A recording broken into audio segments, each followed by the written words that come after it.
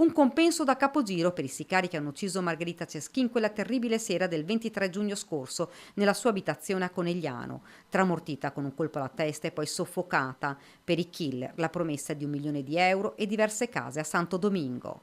È quanto emerge dall'avviso di chiusura indagini della Procura di Treviso, che ha chiesto il rinvio a giudizio per 3 dei 6 responsabili dell'orribile fatto di sangue.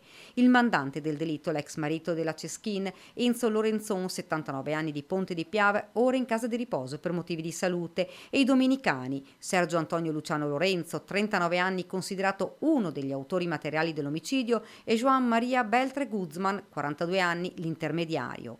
Chiesta l'archiviazione per la compagna di Lorenzon, la domenicana Dilesi Guzman Lorenzo, che potrebbe essere chiamata come testimone dagli inquirenti durante il processo. Stralciate le posizioni di altri 3 indagati: José Luis Mateo Garcia, il secondo esecutore materiale del delitto, arrestato in Spagna lo scorso gennaio ed ora in carcere a Belluno, e Joel Luciano Lorenzo, fratello di Sergio Antonio, fuggito forse a Santo Domingo, che la sera del delitto ha fatto da palo, e la fidanzata di Joel, Candy Maria Rodriguez, indagata in concorso in omicidio a piede libero. Lei, ultimo nome entrato in questa inchiesta, sarebbe la persona che avrebbe prelevato José Luis Mateo Garcia alla stazione ferroviaria di Mestre 2 giorni prima del fatto e che si sarebbe fatta carico di distribuire i piccoli anticipi di denaro, circa 900 euro, ai 2 assassini.